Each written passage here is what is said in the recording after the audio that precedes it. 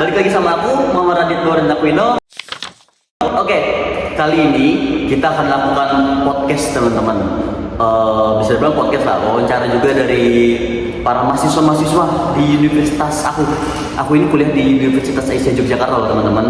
Nah, kita ini semuanya satu fakultas dan juga satu prodi loh, bahkan satu kelas. Oke, yang pertama ini bisa kenalin Bang, namanya siapa? Halo semuanya, perkenalkan nama saya Rizky Ananda. Oke, nah selanjutnya ini dengan teteh Mbak ini siapa namanya? Kenalin kita semua. Halo semuanya, perkenalkan saya Siti Juaria. Jauh-jauh ternyata loh, teman-teman aku ternyata cukup jauh ya. Untuk abang-abang dan teteh-teteh ini enaknya kita panggil apa ya? Abang mau dipanggil apa nih abang? Apakah abang mau dipanggil Rie atau apa? Reza. Oke, Bang Reza dan juga Mbak Siti. Jangan Mbak Siti dong. Tentunya kalau biar kelihatan lebih deket gitu bisa panggil Juju. Oke, Mbaknya pengen deket-deket katanya. Bukan itu ya Mbak ya maksudnya ya Mbak ya. Oke, dari backgroundnya ini teman-teman cukup menarik loh teman-teman.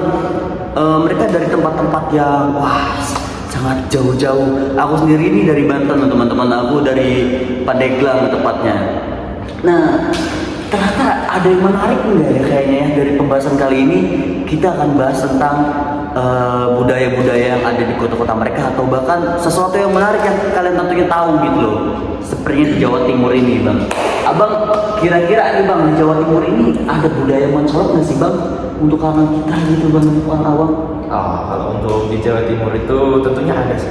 Siapa sih di sini yang nggak tahu Reok Ponorogo? Oh, Reok Ponorogo. Reok Ponorogo. Kalian tahu nggak Reok Ponorogo? Aku pernah dengar Reok Ponorogo. Tapi nggak tahu itu apa. Yang itu mau diklaim sama Malaysia kemarin itu kan? Iya. Nah, Reok Ponorogo itu apa ya?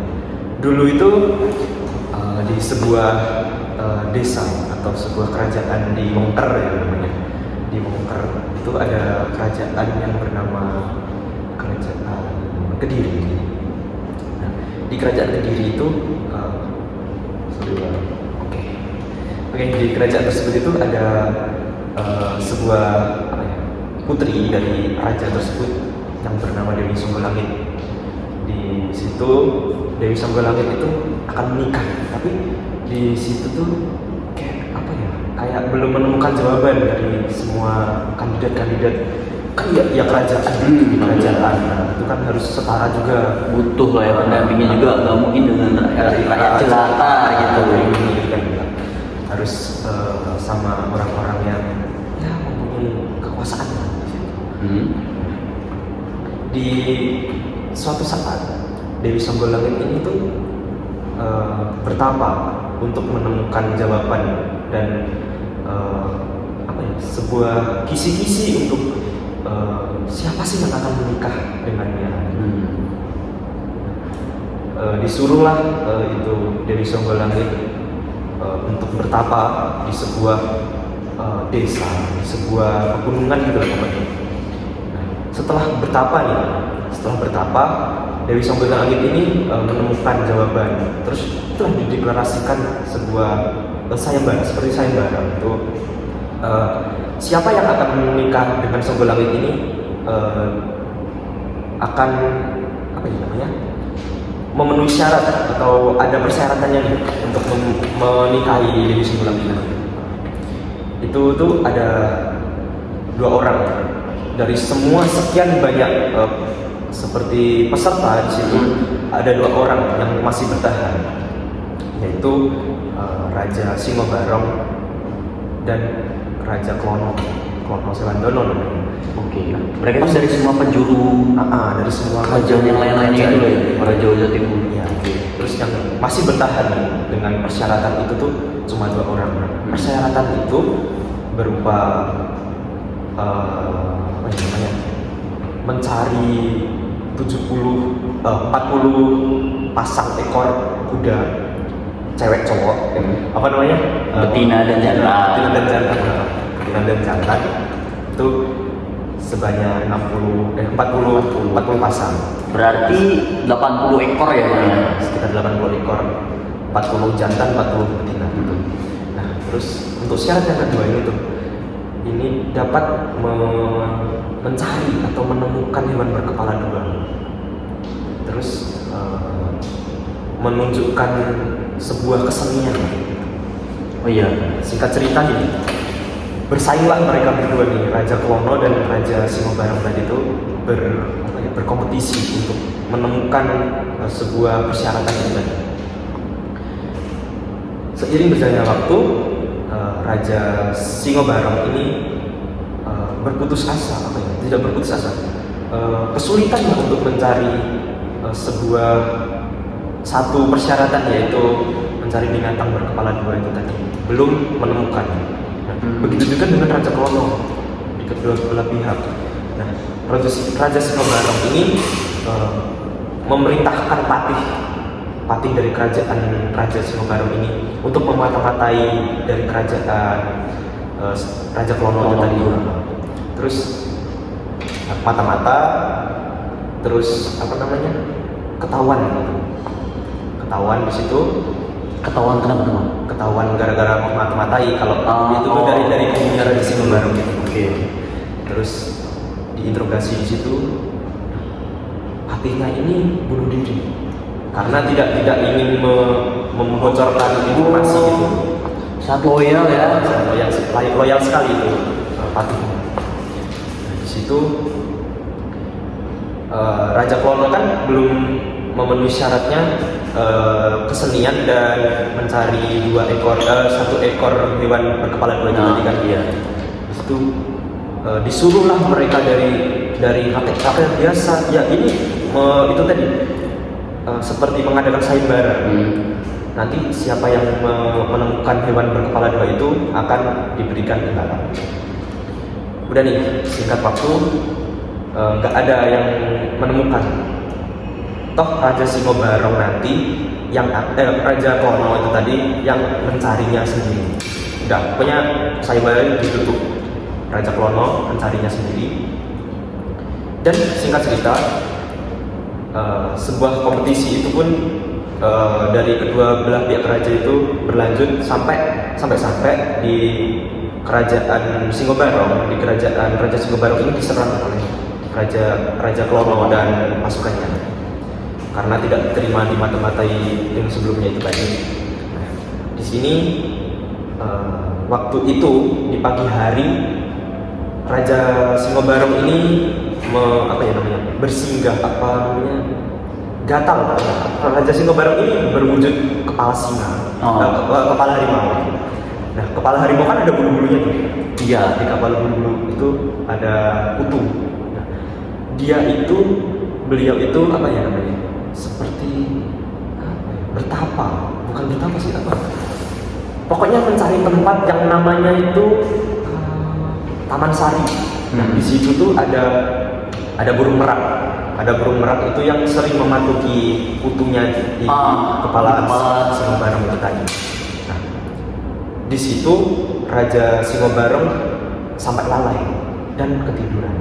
Sampai-sampai tidak tahu di situ. Minyak seperti dipatukin itu tadi. Karena nyaman ya dia burung merak. Terus sampai-sampai nggak tahu tuh Raja Singobarong kalau kerajaannya diserang.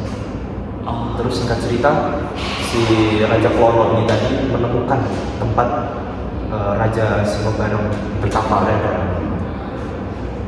Singkat cerita, itu bangun Raja Singobarong terus melawan. Singkat cerita, pertarungan ini antara Raja Singobarong dan Raja Klono itu. Raja Klono mengeluarkan seperti pusaka kayak seperti pecut. Satu pecut itu namanya lupa saya tuh namanya apa, pusaka itu. Singkat cerita itu dipecut dan burung merak dan menyatu sama tubuhnya Raja. Karena burung merak itu masih mematuhi gitu loh ya. Masih berhinggapi menghinggapi kepalanya Raja Singobarong. Singkat cerita, kan burung merak kan hewan, terus menyatu dengan kepala harimau itu tadi. Nah, itu menjadikan syarat terakhir untuk persyaratan menikahi Dewi Sumberlang itu tadi. Oh iya, karena itu kan disebutkan Hewan hewan berkepala dua. Jadi berkepala harimau dan juga berkepala merak. Oke. Seperti itu sih singkat ceritanya. Ya singkat ceritanya ada sebuah pertunjukan yang diiringi gamelan Jawa dan hewan berkepala dua itu menari-nari gitu seperti disebutnya reok kalau nggak salah. Oh iya, makanya dia itu kepalanya harimau dan juga banyak bulu-bulu itu ternyata dari merak ya bang ya, sejarahnya bang ya. Cukup menarik juga teman-teman loh. Ternyata itu loh sejarahnya dari barong tersebut. Apa adalah reog itu? Dan sebutannya itu barong nggak sih bang untuk makhluk itu? Atau ada sebutan lain bang? Iya barong. Barong itu untuk perwujudan itunya dan reog itu nama acaranya gitu tuh eventnya gitu bang. Itu sih nama acaranya. Oh reog itu nama itunya ya. Acaranya terus ada namanya warok. Warok itu apa gitu? Seperti pengembala, bukan pengembala sih, kan ada apa kuda dan itu seperti Oh iya. seperti ada pengembalanya. Jadi banyak silsilah itu ya. Menarik tuh teman-teman. Nah itu dari teman aku yang dari Jawa Timur teman-teman. Nah berikutnya kita beralih lagi ke budaya teman kita satu ini, rekan kita satu ini, yaitu Mbak Juju. Mbak Juju ini seingat yang teman-teman ingat ya, dia ini dari Palembang loh. Siapa sih nggak tahu Palembang gitu, dan kalian juga pasti tahu dong yang di benak kalian itu di Palembang itu pasti jembatan Ampera, betul mbak? Iya. Dan juga satu lagi kesukaan kita semua yaitu pempek. Oke, mbak bisa jelasin nggak sih mbak, pempek itu makanan apa gitu mbak? Banyak banget punya, aku takutnya Jangan ada yang nggak salah tahu, ada yang nggak tahu sebut ya. pempek Jangan itu. salah sebut. Tapi Pempek. nggak mungkin loh nggak ada yang tahu pempek gitu. Apa sih mbak pempek itu? Sebelumnya maaf tidak banyak tahu dari sejarah Palembang sendiri. Kalau sejarah Palembang yang pempek itu berasal dari tepung dan ikan, katanya. Maksudnya dari tepung dan ikan Iya. pada olahan tepung. Iya benar. Terus dari namanya tersendiri dia juga berasal dari penjualnya ya, awalnya dipanggil sama pembelinya empek. Jadi dia itu namanya itu bukan nama makanan justru mbak ya, malah Iya. itu nama penjual itu. Iya, berasal dari nama penjualnya dipanggil sama pembelinya sendiri. Jadi pada saat itu mungkin penjualnya sendiri bahkan belum punya memberikan nama untuk makanannya tersebut gitu mbak ya? Iya, benar. Oh gitu loh teman-teman. Ih, setahu pempek kan olahannya dari ikan doang tuh mbak ya. Ikannya itu dari apa aja sih? Apakah ada ikan khusus kah? Bolehkah kita ganti ikan yang lain gitu? Ikan teri mungkin? Ya bisa saja ada kan. Iya, itu tergantung selera juga sih. Kalau buat pempek dia nggak harus dari ikan itu yang dari Palembang. Kenapa? Ikan apa? Umumnya itu pempek itu enaknya dari ikan apa sih mbak? Ikan tenggiri sih ya. Tenggiri ya? Iya. Aku pernah loh makan pempek dari Palembang, itu emang punya cita rasa yang khas sendiri gitu, apalagi dari cukonya itu loh. Sebutnya cuko apa cuka? Cuka. Cukanya itu gila. Apalagi ya, aku paling senang itu kayak pempek tenggelam ya, apa sebutnya? Bukan pempek tenggelam cuy. Apa sih? Kapal selam. Kapal selam. Nah. Yang dalamnya ada telurnya itu. Nah itu kapal selam tapi ngambang gitu loh. Unik banget loh. Seperti kapal ya guys. Tapi untuk tipenya aku kurang tahu mbak, yang satunya itu loh, kan nggak cuma sekedar pempek Kapal selam. Ada pempek kulit juga. kulit juga, Kulit ya. kulit Iya. apa itu? Kulit kan Kulit kurang tahu, kurang tahu ya. Iya. Oh, terus Ada pempek apa ya? Ada kemplang nggak sih tuh di Palembang? Oh iya benar. Selain pempek juga di sana ada makanan khasnya, ada kemplang sama pindang ya. pindang itu olahan ikan juga kan? Iya benar. Dengan airnya dibumbuin itu kayak bumbu Iya manis. bumbu sama air. Iya, di daerahku juga sering jual pindang. Emang enak banget. Makanan Palembang itu karena Banten dan Palembang itu cukup berdekatan gitu loh. Hanya tinggal kita berenang juga nyampe itu seolah-olah tuh.